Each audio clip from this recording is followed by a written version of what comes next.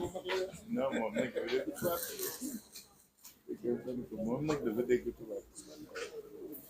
Bonjour à tous. Pour une fois, je vais commencer mon propos par là où le doyen Habib a terminé. Je vais le faire avec la langue de Molière parce que la cible est ce qu'il est communément convenu d'appeler la communauté internationale ou les partenaires au développement. Je veux dire à ces partenaires au développement que le président de la République du Sénégal, celui-là qui vient vers eux,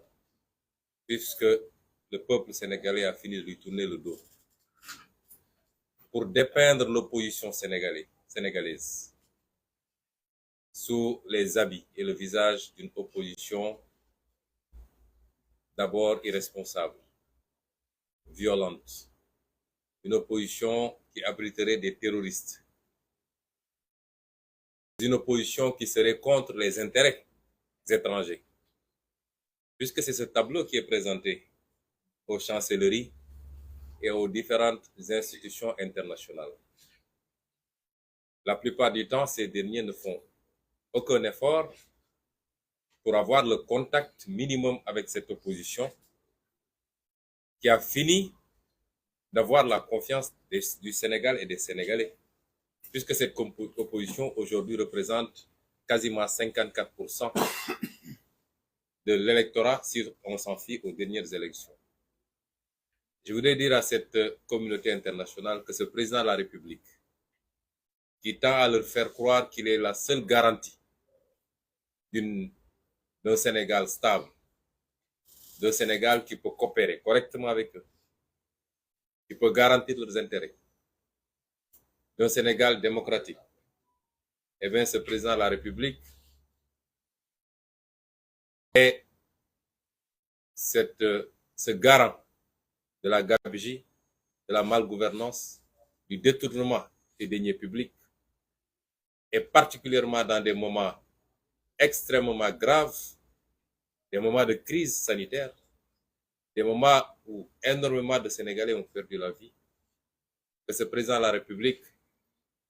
puisse être le promoteur, mais également le protecteur de pratiques malsaines qui ont permis à certains de ses collaborateurs, ministres particulièrement, et principalement, de détourner des milliards de fonds auxquels ils ont contribué. Vous avez contribué, vous, partenaires au développement, institutions internationales, bailleurs de fonds, partenaires bilatéraux, partenaires multilatéraux. 84% de ces fonds sont issus de vos financements. Mais 84% de ces fonds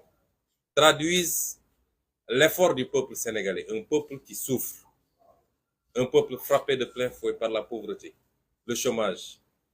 l'incurie dans tous les secteurs d'offres en biens de services publics. Et ce peuple-là, malgré tout, se serre la ceinture pour donner caution à ses gouvernants, leur permettre d'emprunter à son nom, mais également de contribuer. Ce peuple-là qui continue à contribuer fiscalement pour que l'État puisse avoir les moyens de sa politique. Ce président de la République-là est le garant de ce système. Ce n'est pas seulement à ce niveau-là, puisque les rapports, il y en a encore et encore. Le dernier rapport sur le Sénégal du département d'État a souligné que des institutions, des instances, des organes ont été mis en place pour contrôler la gouvernance publique, mais que souvent leurs rapports ne sont pas suivis d'effet. Je vous ai rappelé que dernièrement, la présidente sortante de l'OFNAC a dit que rien que l'OFNAC a aujourd'hui plus de 40 dossiers sur la table du procureur. 40 dossiers de détournement de deniers publics. C'est des dizaines, voire des centaines de milliards. Et c'est cet homme-là qui vient se présenter à vous comme étant un messie et vous faire croire qu'il peut violer encore la constitution du Sénégal pour se prévaloir d'une troisième candidature. Parce qu'il serait le seul à pouvoir vous garantir une collaboration. Je dis à ces bailleurs, ces partenaires, qu'ils gagneraient à mieux connaître le Sénégal. Le peuple sénégalais est un peuple mature, un peuple digne et fier et un peuple très attaché à sa démocratie. Et ce peuple tient au respect des règles parmi lesquelles la plus fondamentale, c'est sa constitution. Ce peuple tient à la démocratie comme tous les peuples. Ce peuple tient à ce que les transitions se fassent de la manière la plus apaisée, la plus démocratique, et qu'il est seul le dernier choix par rapport à celui ou à ceux à qui il veut confier le destin de son pays. C'est ce président de la République, vous, communauté internationale, qui instrumentalise la justice pour s'attaquer tous les jours à l'opposition, à la société civile, à la presse, à tous les symboles d'une démocratie vigoureuse et à tous les symboles de la vitalité démocratique, de la respiration démocratique dans un pays.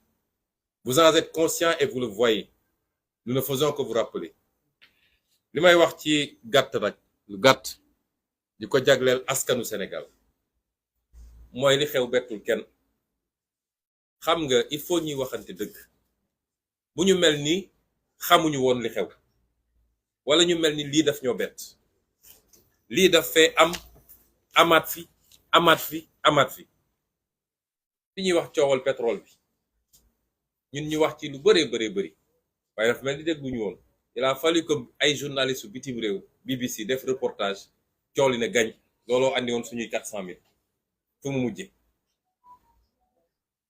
ñaata rapport la Cour des comptes déposé. Cour des comptes at bu ne mu déposé rapport dugguleet ren at wu ne Cour des comptes déposé rapport ne ministre sangam këpp na lii, ministre sangam këpp na lii, directeur général sangam def na lii. noonu la ko inspection générale d'État di defee, noonu la ko CENTIF di defee, noonu la ko OFNAC di defee. lan ngeen ci dégg dara? mbokk yi dégg nañ fi waxu dorog, dégg nañ fi waxu ay raxas billet, dégg nañ fi waxu passeport. ana ñooñu ñëpp ñi ngi dox seen yoon tranquillement. te bis bu ne ñu jàpp fi waa opposition ci dudul dëgg tëj leen ci kaso bi. am nga immunité amoo immunité. bis bu ne ñu jàpp fi journaliste tëj ko ci kaso. injustice bi ne ci dëkk bi toll na foo xam ne bu dee mënul heurter Sénégalais yi, bu dee mënul amul lu mu mun a jur ci Sénégalais ba li ñu xamoon ci Sénégalais ci fulla, ci jom, ci ngor ak ci bañ ak ci bëgg dëgg, bu dee loolu mënul am dañu waxante dëgg fi ñu jëm du neex de. parce que ñun ñi du jiitu ci xeex bi métti na ci ñun trop. ku leen wax ni méttiwul mi ngi wax lu ko neex. waaye ñun lan la ñuy xeex ak kan la ñuy xeexal? bu ñu doxee nag ba ñi doon xeex ñëpp banque seen yoxo, réew mi dina dugg ci guuta goo xam ne mara day taali. te askan nag moo mëne. lii di xew ci réew mi France bee Nicolas Sarkozy président de la République la woon, président de la République. tey ñu ngi koy topp ci lan? surfacturation ci campagne am. du xaalisu France de, nee nañu Xadafee ko jox xaalis mu def ay surfacturation pour nëbbu loolu lañ koy toppee tey. ba en première instance dañ ko condamné 1 an ferme mu def appel. xoolal loolu. wax naa leen keroog kaawu député eurodéputé polonaise boobu nga xam ne Qatar la dem ñu may ko xaalis. du xaalisu Pologne, du xaalis Union européenne. tey ma nga kaso. États-Unis bee ngeen dégg barki démb dégg ngeen ñu ne déclaration fiscale, déclaration l'impôt Donald Trump waa impôt mujj nañ koo jox waa Sénat. ñetti at waa Sénat di ko laaj pour ñu càmbar ba xam ndax da doon déclarer lu matul am déet. ñu ne leen réew bu gën a fonk lii, bu gën a fonk nu ñuy caytee alalam, réew moom moo la gën a développé. waaw ñun Sénégal xanaa tubaab bi dañ ñoo gën a bëgg seen bopp. sénégalais yu bare ngi bëgg a dem tugal li leen may li ñu am mooy fexe ba alalu réew mi ñu sàmm ko mu dellu si ci waa askan wi. loo leen may li ñu am de. ñun ñëpp xam nañ lu xew ci réew mi, amul sénégalais bu mu ump. te ñëpp xam nañ ni Macky Sall mooy ndeyu mbil. ndax moo leen di fal ne leen dem leen ngeen utal ma ay électeurs yi, li ma leen fal pour ngeen politique la. loolu mooy tibbal ci kees bi. te lu ci musi am nag justice bi sama loxo la nekk, sama waaw la ñuy doxee. fu ma leen joxoñ la ñuy dem ku ma leen ne jàpp leen ñu jàpp ku ma leen ne bàyyi leen ñu bàyyi loolu ñun ñëpp xam nañ lan moo ko fi mun a dakkal mooy askan wi rekk ko mun a dakkal ndax askanu Iran gee di xeex ngir am démocratie ak liberté nit ñi di génn en masse di xeex te xam ni su ma génnee sama bakkan xaj na ci dañoo gën askanu Sénégal askanu Algérie mi xeex ba jëlee fa li fa nekkoon wala bu Tunisie wala bu Égypte wala bu feneen ak feneen ak feneen dañoo war a gën a bëgg suñu bopp réew mi est-ce que ndaw ñi am nañu liggéey est-ce que paj mi jaar na yoon est-ce que jigéen ñi seen xel dal na ñu yor kër ñi est-ce que école yaa ngi dox ñu war a jël ay milliards ci alalu réew mi di ko jaarale foo xam ne du yoon ñun ñëpp ñu koy gis bu ñëw ñu nëppal ko fex ba mu jàll moo tax man askan wi rek laay waxal ñun de bañuñu xeex bi luñ ci góobe gar ko waaye nag ndimbal na ca fekk loxol borom léeg-léeg li ñuy laaj nit ñi du lu bari de te injustice bi nekk ci réew mi bu wóyee nag gëm naa ni dina bari ñuy teggi seen loxo de dégg naa ab journaliste bu def chronique temps ne Pape Ali est-ce que askan wi jar na ko doon wax ak Pape Ali Niang ñun dañoo jàpp ni askan wi jar na ko moo tax jaral nañu suñu bakkan wi waaye léeg-léeg dañuy soxla suñu gestoo wala suñu woowee askan wi mu wuyuñu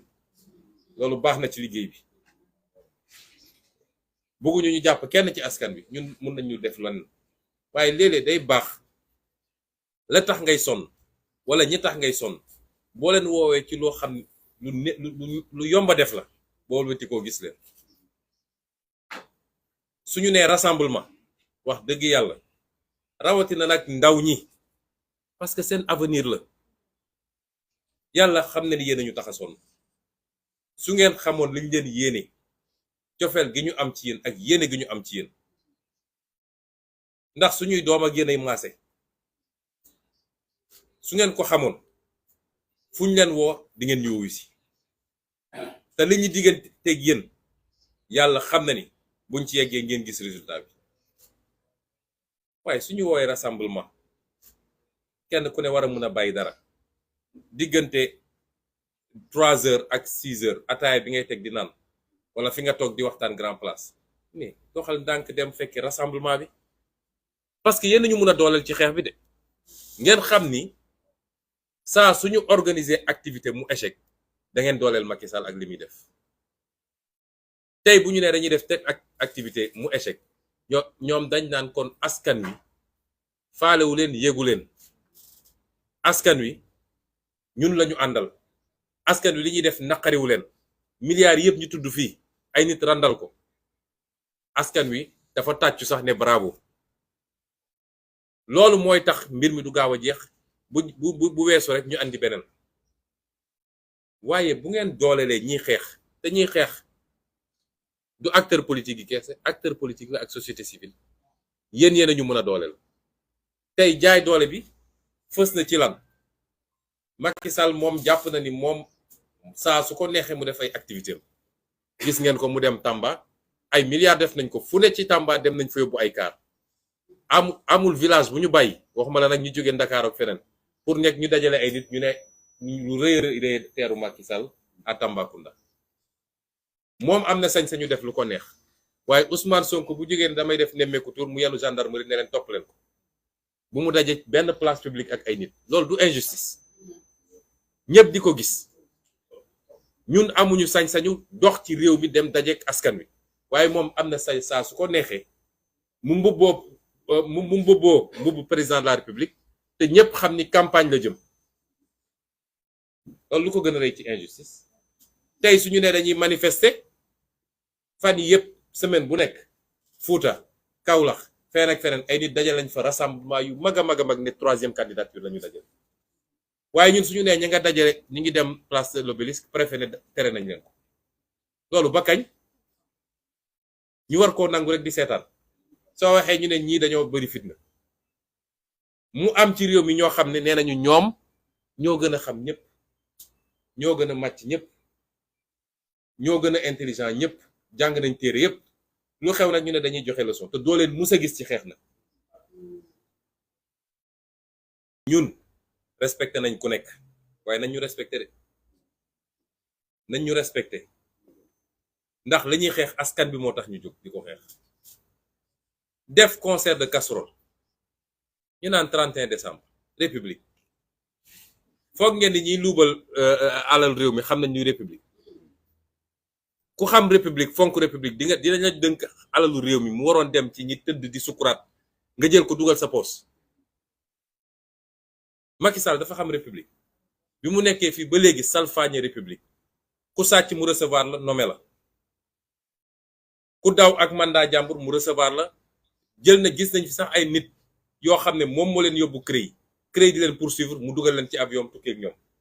lan moo gën a mun a wàcc république loolu ñu ne wax ay waxu république 31 décembre ban rapport la am ak république su dee république la moom dafa gën a farataal sax dafa gën a faydaal waa askan wi su dee d'accord ñoog république ni ñu ko yore ñu xaar ba datu république ñu wax ko président.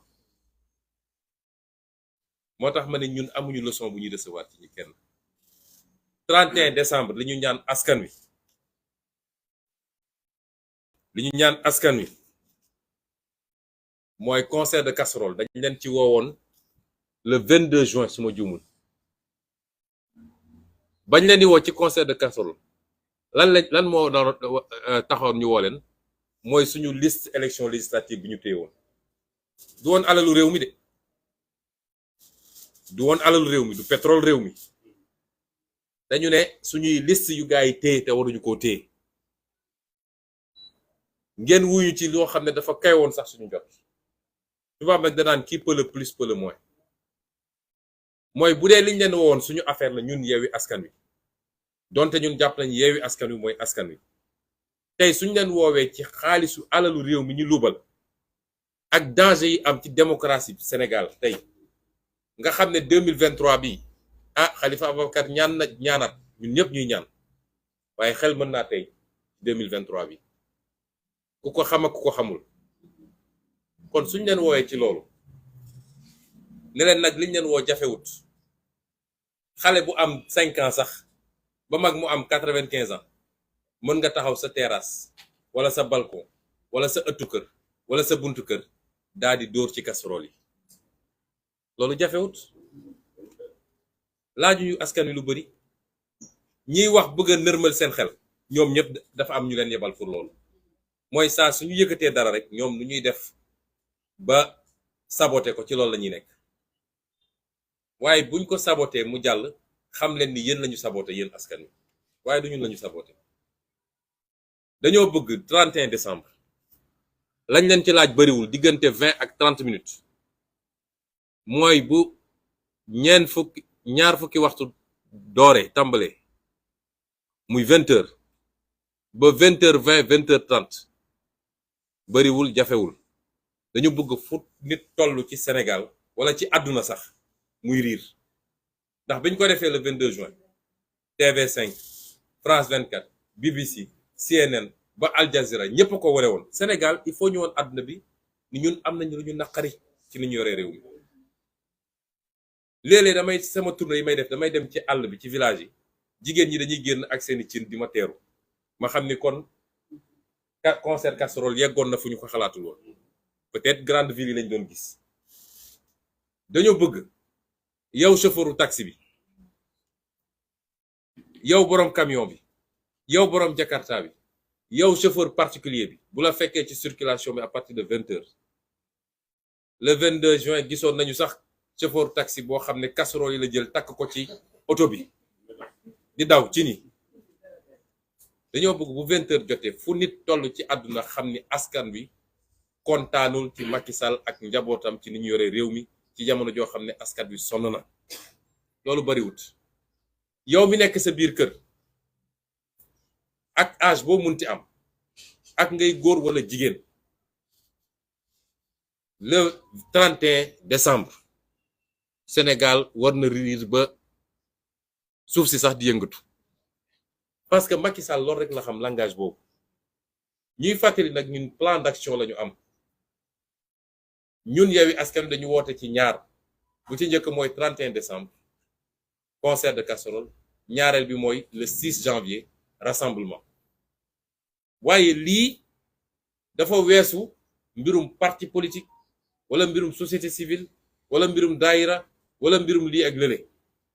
moo tax ñu ne comme waa société civile bi ñoom woote nañu ñoom it le 30 ñuy woo sénégalais bu ne bu ko mënee te fekke ko te tal ko bum ci tàyyi na jóg dem place de l'Obélisque dooleel société civile également ci woote bi mu woote lii de du lu bari lu ñu laaj askan wi te nag askan mooy changer réewam kenn du ko changer ci place am kon ñu ngi leen di gërëm di leen sant di ñaan yàlla mu yokk ñu sutura yokk jàmm ci réew mi may ñu Macky Sall ak ñi mu àndal nga xam ne nitu fitna lañu te fitna bi li leen ciy dooleel mooy ni ñuy utiliser police gendarmerie ak justice yàlla nañu yàlla tàqaleeg ñoom ci jàmm yàlla nañu yàlla tàqaleeg ñoom ci jàmm yéene yi nga xam ne yéene yu bon la ñu am ko ci réew mi am ko nit ñi yàlla na ko yàlla wëlbati ci ñoom di dellu ñaanal nag suñu kilifa